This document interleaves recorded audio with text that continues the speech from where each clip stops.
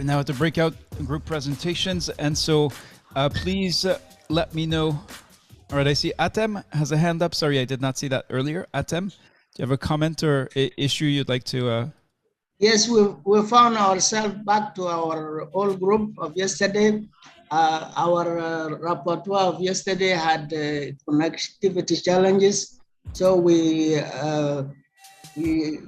got an alternate rapporteur, and then we agreed to continue exploring the cases we raised yesterday. So I'll give chance to our rapporteur to report on what we did.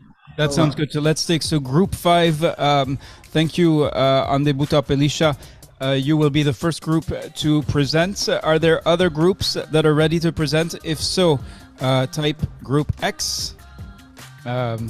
So group with the number, with your number, of course. All right, group 6 is ready as well.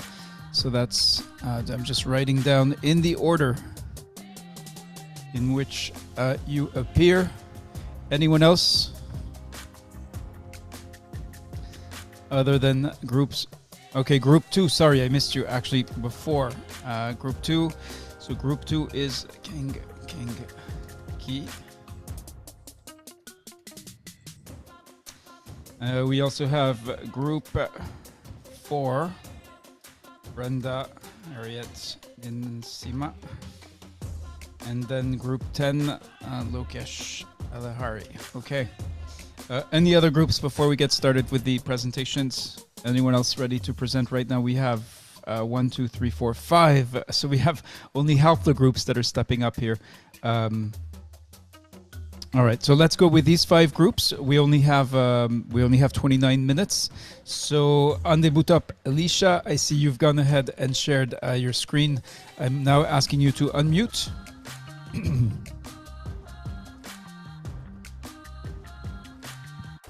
Okay, good morning, colleagues. Thank you very much. I hope I'm audible. Yes, loud and clear. Okay, so our group changed a bit. We have a few less people, and we had a new participant, Abdirazak, who will update the list accordingly later with the full names. So the challenge we identified was inadequate coordination of surveillance activities and platforms, leading to duplications and ineffective management of scarce resources.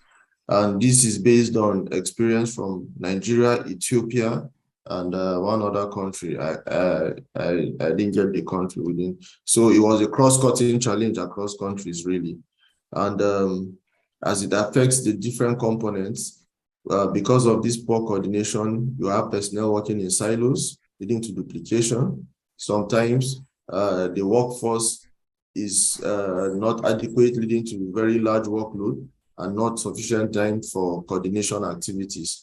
Also, staff attrition or frequent turnover presents sometimes with gaps in knowledge affecting coordination, as well as inadequate capacity of the staff, even when available sometimes, to coordinate at the level required.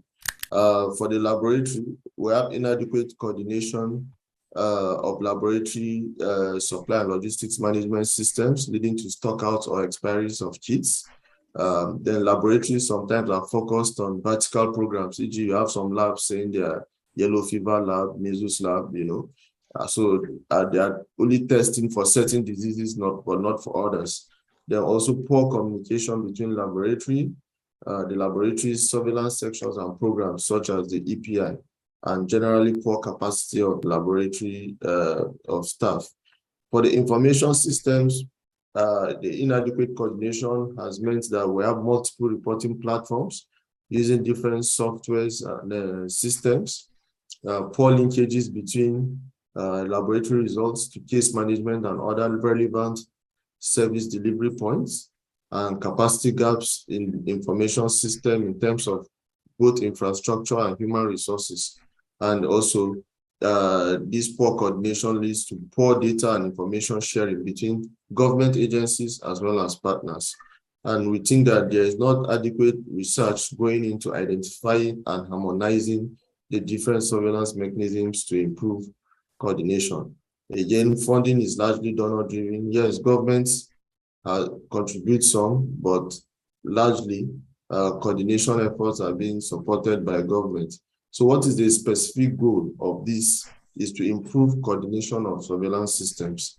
And some experiences in Nigeria, there has been a lot of stakeholder engagement to adopt one surveillance system, and it has gained traction. SOMAS in Nigeria is being adopted as the platform for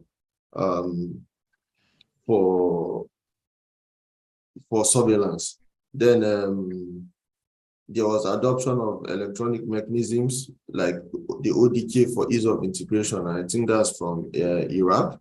So those are some experiences to improve coordination. So what are the concrete actions that the group wants to discuss?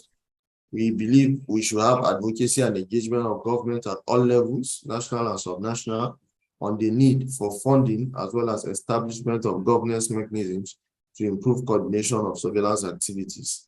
Also, to harmonize the different surveillance softwares and systems within the country, and then develop guidelines on data reporting and sharing. Sometimes people are not just aware of what to do.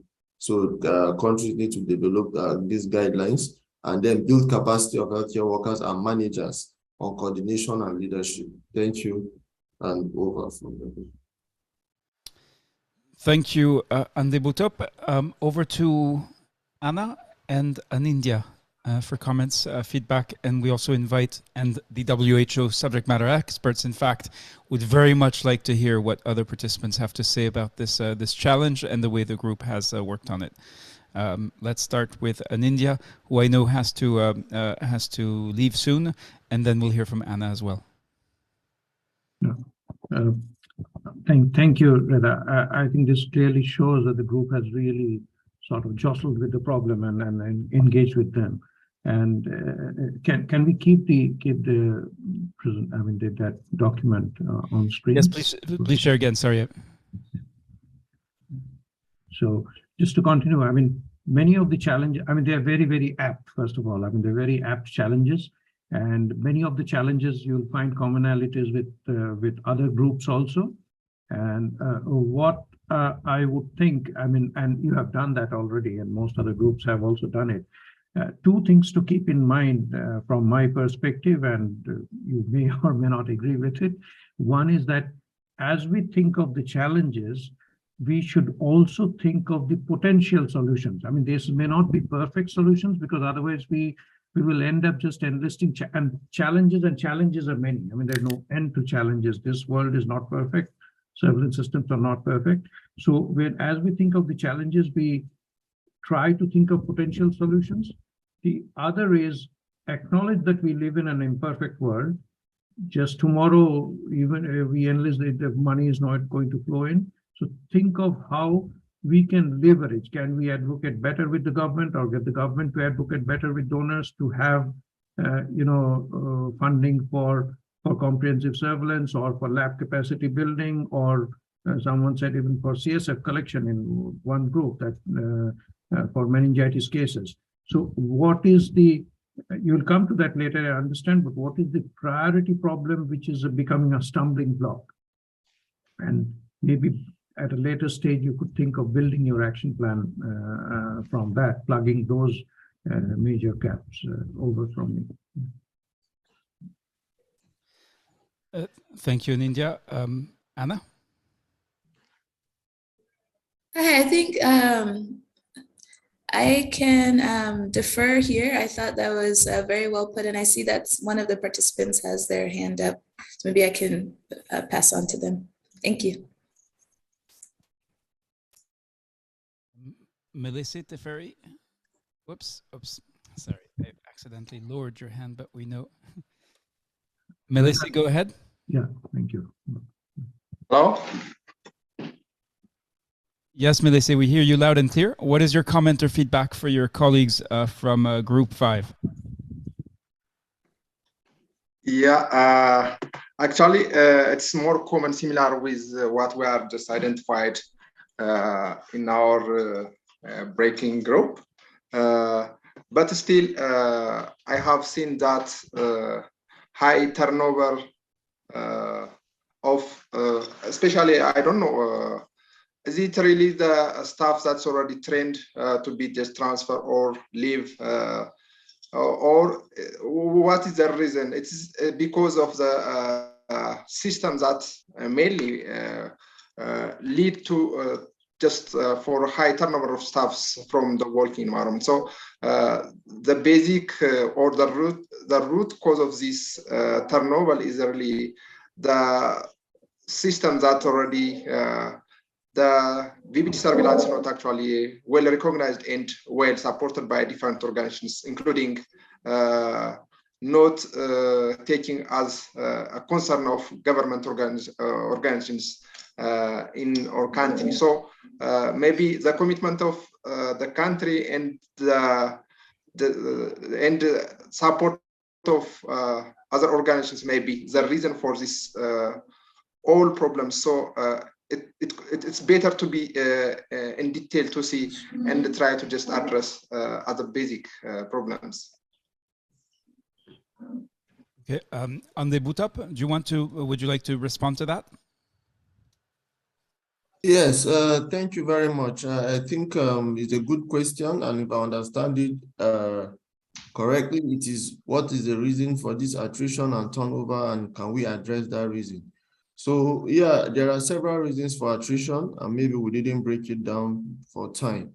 People retire, people are transferred. It's a government system. People are trained today, and then they are transferred. As the last, as Seka said, we don't live in a perfect world. Normally, you will be happy if you train a staff, for that staff to remain on the job role at least for a significant period of time. But sometimes that doesn't happen. You train a group today, a cohort today, but in the next month or two, there are changes, administrative changes. So yes, but your comment is well noted. For each country, the reasons for attrition might differ, and then we need to look into those reasons in order to put mitigation systems or structures in place. So thanks for that comment. Over. All right, thank you both. Let's now go to our next presentation. So that is from Kaing Gi. Let me stop the screen sharing here. And Kaing Gi, so you are representing Group 2. I'm asking you to unmute. Yes, I think for the Group 2, Dr. Essa, he would like to present. All right. Yeah, I'm happy to take part. Yeah. All right, Melissa, go ahead. Yes. Okay. Okay, I just understood the name. Okay, Dr. Essa. All right, so let me ask Dr. Essa Jama to unmute as well. Okay, the floor is yours. Okay, Group 2. good. Okay, good. Good morning. We are Group 2. So we are from Eric Mata from Kenya. Isa Chana for me, Pascaline Pudo, Galmesa Pekana, Macha Spelling, and Kaing E. Sorry if I pronounce names differently. Christopher Bodo and Haptamu Molo Ayele. So the main, we start from the challenge of the group has decided to focus on this challenge. The lack of capacity building for community health workers, health workforce, surveillance teams, volunteers not able to detect and report. The data management capacity and lack of funding. So we go down there and summarize the workforce part. So community volunteers are unable to do early detection and reporting for VPD cases. Lack of motivation of management system, and his name is also included. Lack of human resources, and in number, not enough skilled, not skilled workers. Lack of training, lack of training VPD surveillance team. So the main challenge when it comes on laboratory We have inadequate networking for specimen collection and transportation for the central level. Inadequate equipment. Inadequate equipment for sample collection, sample carriers. Limited transportation and access of specimen for some security and access, difficult access to reach. When it comes on information challenge, the team agreed on no surveillance tools developed for community health work volunteers to be able to detect VPD virus. Reporting from lower level, lack of quality, incomplete timeliness and readiness. No integrated report, for example, district health information system 2 parallel for integrated system. Applied research, no research for VPD. At the moment, lack of interest by international global schools. Sustainable, partners driven financing, or there's no budget line, no need budget line for parallel. Comes on governmental and system. So what's the specific goal? Is ensure timely, effective surveillance system to be able to detect and respond to outbreaks, medical emergency events, to public experience shared. Miniatures outbreak nobody taking samples, for example, COVID-19 BBE handling samples, IBC missions. Suspected missions community members could not detect signs and symptoms to be reported. If health workers have knowledge, early notification and response will be good.